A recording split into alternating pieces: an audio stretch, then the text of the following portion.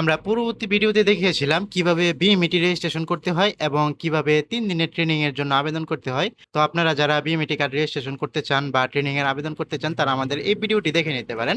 এই ভিডিও লিঙ্কটা আমরা আমাদের ভিডিও ডেসক্রিপশন অথবা কমেন্ট বক্স যে কোনো এক জায়গায় দিয়ে দিব। মূল ভিডিওতে যাওয়ার আগে সকলের কাছে অনুরোধ রইল আমাদের ভিডিওটি অবশ্যই একটি লাইক দিবেন এবং আমাদের ইউটিউব চ্যানেলটি সাবস্ক্রাইব করবেন। তো আমাদের ট্রেনিং শেষ হয়েছে, এখন আমরা ট্রেনিং শেষে যে 3 দিনের সার্টিফিকেটটি রয়েছে আমরা সেটি কিভাবে ডাউনলোড করতে সেটি দেখাবো। এটি দেখার জন্য দেখতে পাচ্ছেন আমরা নতুন একটি ব্রাউজারে চলে গেলাম এবং এখানে লিখলাম বিএমএটি স্পেস এলএমএস, এটি লিখে সার্চ করে দেখতে পাচ্ছেন একটি পেজে চলে আসলাম।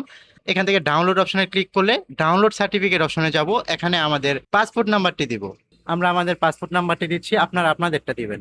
তারপর দেখতে পাচ্ছেন পাসপোর্ট নাম্বারটি লেখা শেষ হলে দেখতে পাচ্ছেন ক্যাপচা কোডটি আমরা এখানে যে কোডটি থাকবে হুবহু এখানে লিখবো, তারপরে সার্চে ক্লিক করব। সার্চে ক্লিক করার পর দেখতে পাচ্ছেন এখানে ডাউনলোড নামে একটা অপশন এসেছে এবং ভিউতে আমরা ক্লিক করে এটি ওপেন করে ফেললাম।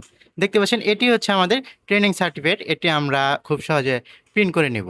আপনারা হয়তো ইতিমধ্যে জেনেছেন বিদেশ যেতে হলে 3 দিনের এই ট্রেনিংটি কিন্তু বাধ্যতামূলক, সকলের কিন্তু এই ট্রেনিংটি করতে হবে। পরবর্তীতে এই সার্টিফিকেটটি কিন্তু আমাদের নিয়ে যেতে হবে আমাদের জেলা ফিঙ্গার অফিসে, সেখানে গিয়ে আমাদের পাসপোর্ট, ভিসা কপি এবং এই ট্রেনিং সার্টিফিকেট এবং বিএমইটি কার্ড এগুলো নিয়ে কিন্তু আমাদের একটি ফিঙ্গার দিতে হবে। ফিঙ্গার দেওয়ার পর কিন্তু আমাদের মেন পাওয়ারটি হবে।